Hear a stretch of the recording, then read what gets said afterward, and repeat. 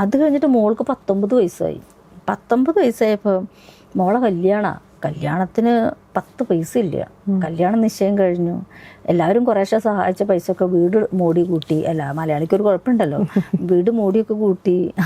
അങ്ങനെ എല്ലാം കഴിഞ്ഞപ്പോൾ പൈസ ഇല്ല, എല്ലാം തീർന്നു. കല്യാണക്കൂടി അടിക്കാൻ പോലും പൈസ ഇല്ല. എല്ലാവരും മുമ്പിൽ നാണം കടക്കി വയ്യ. ഞാൻ എന്തായാലും ബസ്സിന്റെ മുമ്പിൽ ചാടി ആത്മഹത്യ ചെയ്യും. ഇതാണ് ഞാൻ മനസ്സിൽ ചിന്തിക്കുന്നത്. ഞാൻ അന്നുള്ളത് ചേലക്കര അപ്പുറത്ത് ചേലക്കോട് എന്ന് പറഞ്ഞ സ്ഥലത്താണ്. അപ്പം അവിടെ നിന്ന് വരുന്ന സമയത്ത് ബസ് ഓടുമ്പോൾ ചാടാം. പക്ഷെ ആ സമയത്ത് ഒരു ഒറ്റക്കില്ല. ഇത് മനസ്സിൽ ചിന്തിച്ച് വരുമ്പോൾ മോളെ കല്യാണം കഴിഞ്ഞ് പറഞ്ഞിട്ടാണ് വരുന്നത്. 12 ട്രെയിൻ ഉണ്ട് ഉച്ചയ്ക്ക്.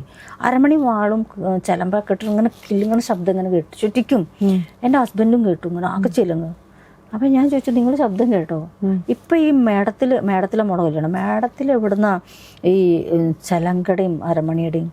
ഞാൻ വീട്ടിൽ പോയിട്ട് 11 രൂപ ആകെ അറിയണ അത് ഞാൻ പോയിട്ടുമില്ല. പക്ഷെ ആകെ അറിയണത് കൊടുങ്ങല്ലൂരമ്മേനെ മാത്രമേ ഉള്ളൂ. എനിക്കറിയില്ല, ദേവിമാരറിയില്ല.